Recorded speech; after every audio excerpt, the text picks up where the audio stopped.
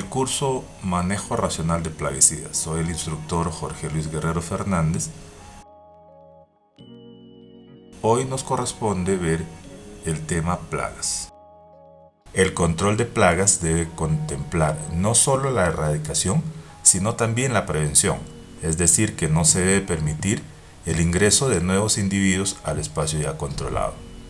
Realizando un buen diagnóstico se puede reducir al mínimo las probabilidades de infestación mediante uso de estrategias como un buen saneamiento, la inspección de los materiales introducidos y una buena vigilancia, limitando así la necesidad del uso de productos químicos.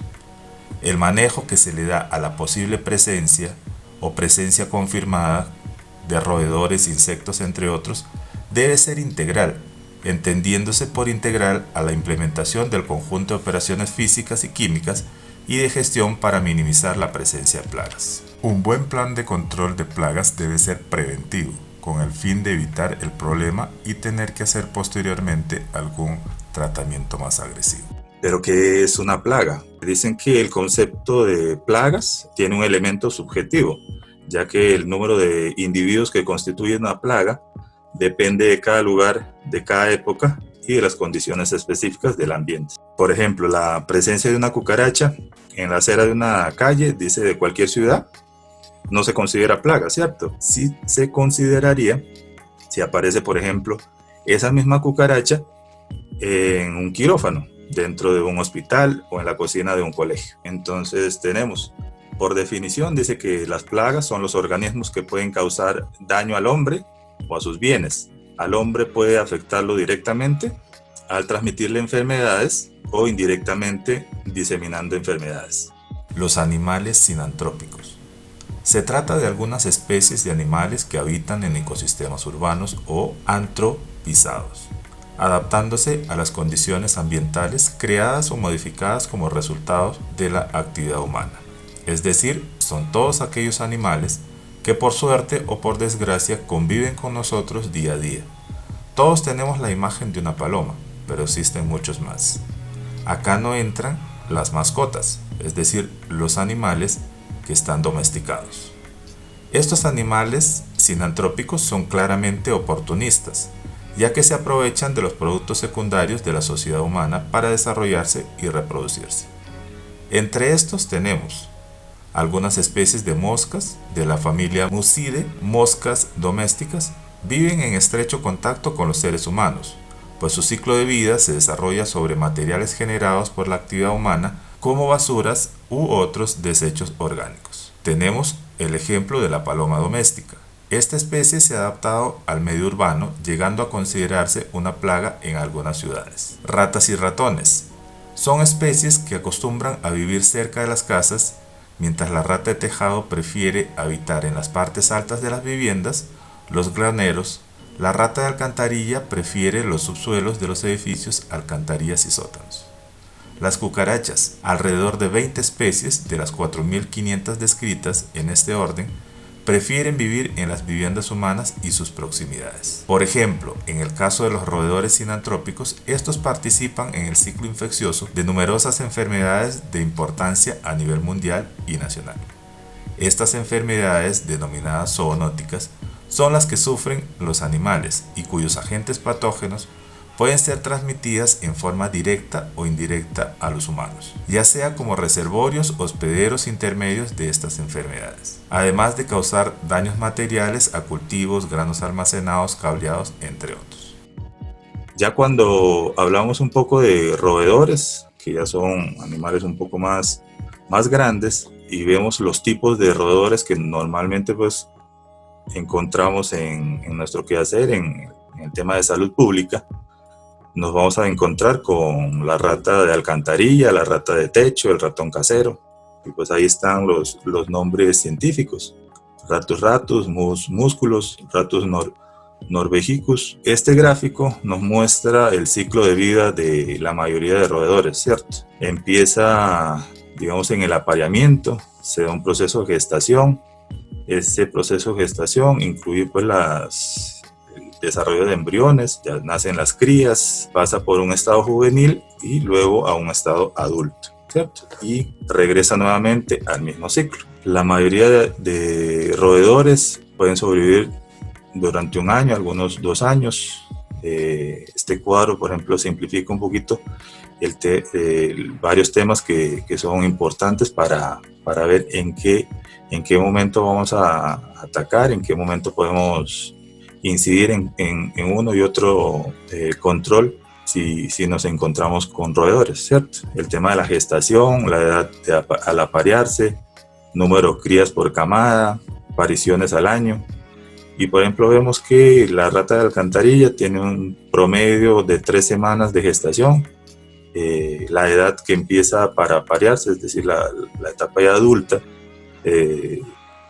son de 2 a 3 meses, tienen de 8 a 10 crías por camada y tienen más o menos entre 2 y 5 apariciones por año. Algunas características de los roedores. Tienen ojos especializados para detectar movimientos, pero no reconocen colores, aunque son sensibles a la luz. Los bigotes son los que usan como tacto y lo utilizan para guiarse. Tienen un gusto muy desarrollado, detectan sustancias amargas, ácidas, tóxicas, lo cual complica un poco el tema del control. Tienen un oído bien desarrollado, muy sensible, agudo, y un olfato agudo. Los roedores tienen un diente superior que crece todos los días.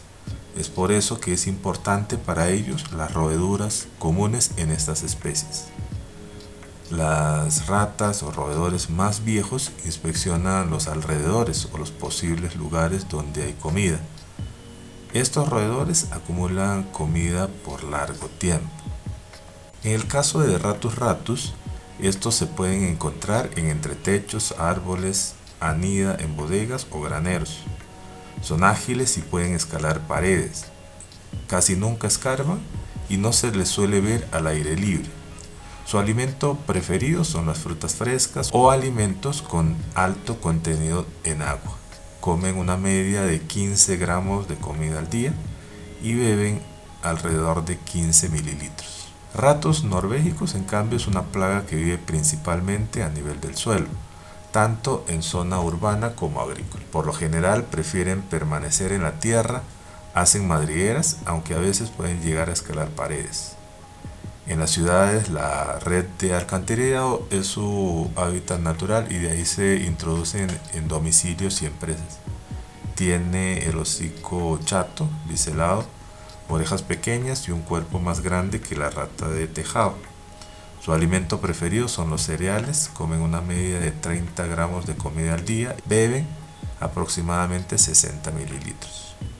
En base a la observación de las excretas se pueden detectar el tipo de roedor, dejando en su camino otros signos como pelos, manchas de grasa, manchas de orina, roeduras, huellas de sus patas o madrigueras. Ya cuando hablamos de cucarachas, ya hablamos de la periplaneta americana, es decir, la cucaracha de tierra caliente, la Blatella germanica, que es la cucaracha común, la Blata orientalis, la cucaracha negra. Por ejemplo, la cucaracha común dice que tiene de 4 a 8 ovotecas. Las ovotecas son una especie de bolsitas donde están contenidos todos los huevos apiñados ahí, más o menos entre 30 y 48 huevos por cada ovoteca, de 28 días aproximadamente el periodo de incubación. El número de etapas ninfales de 6 a 7 y el periodo de vida en etapa adulta más o menos es de 14 a 16 semanas. Las cucarachas prefieren vivir en lugares calientes, húmedos y oscuros. Son más bien de hábitos nocturnos.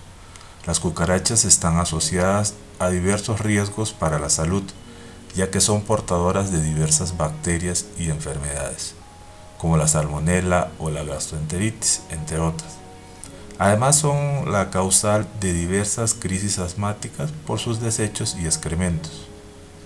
Regurgita algunas de sus comidas parcialmente digeridas y deposita sus excrementos al mismo tiempo que se alimenta. Las cucarachas se reproducen rápidamente, es por esto que la detección temprana y el control de esta plaga es fundamental.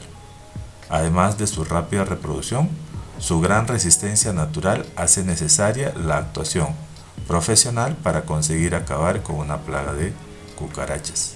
Para un negocio, la presencia de cucarachas representa una amenaza real de contaminación y daños a los productos y bienes almacenados y a la reputación de la marca. Además, los riesgos para la salud asociados a esta plaga representan también un grave problema para los negocios. Muchísimas gracias.